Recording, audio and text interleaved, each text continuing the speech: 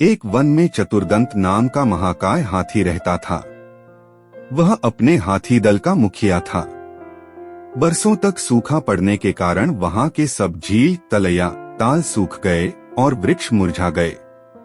सब हाथियों ने मिलकर अपने गजराज चतुर्दंत को कहा कि हमारे बच्चे भूख प्यास से मर गए, जो शेष हैं मरने वाले हैं।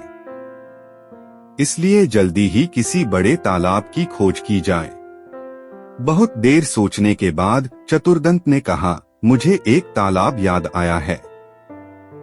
वह पाताल गंगा के जल से सदा भरा रहता है। चलो वहीं चलें।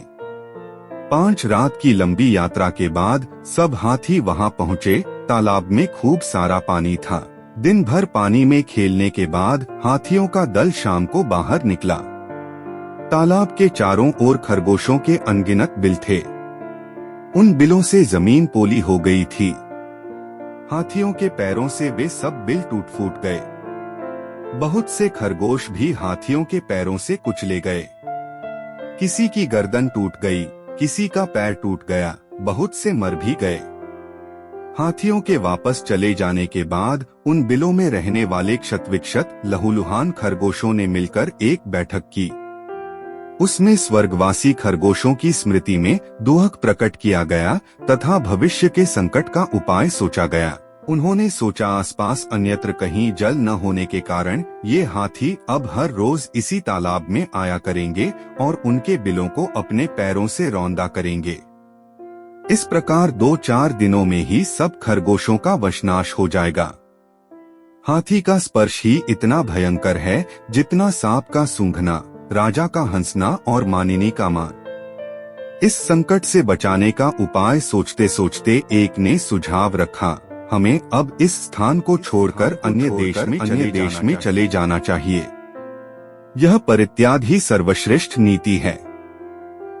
एक का परित्याग परिवार के लिए, परिवार का गांव के लिए, गांव का शहर के लिए और संपूर्ण पृथ्वी का परित्याग अपनी रक्षा के लिए करना पड़े तो भी कर देना चाहिए। किंतु दूसरे खरगोशों ने कहा, हम तो अपने पिता पितामह की भूमि को न छोड़ेंगे। कुछ ने उपाय सुझाया कि खरगोशों की ओर से एक चतुर दूत हाथियों के दलपति के पास भेजा जाए।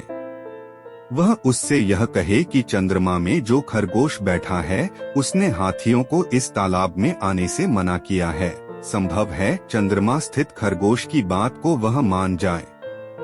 बहुत विचार के बाद लंबकर्ण नाम के खरगोश को दूत बनाकर हाथियों के पास भेजा गया।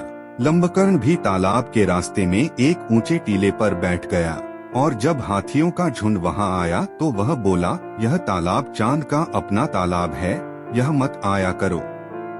गजराज बोला, तू कौन है? लंबकर्ण ने उत्तर में कहा, मैं चांद में रहने वाला खरगोश हूँ। भगवान चंद्र ने मुझे तुम्हारे पास यह कहने के लिए भेजा है कि इस तालाब में तुम मत आया करो। गजराज ने कहा, जिस भगवान चंद्र का तुम संदेश लाए हो वह इस समय कहाँ है? लंबकर्ण ने कहा, इस समय वह तालाब में है। कल तुमने खरगोशों के बिलों का नाश कर दिया था। आज वे खरगोशों की विनती सुनकर यहाँ आए हैं। उन्हीं ने मुझे तुम्हारे पास भेजा है।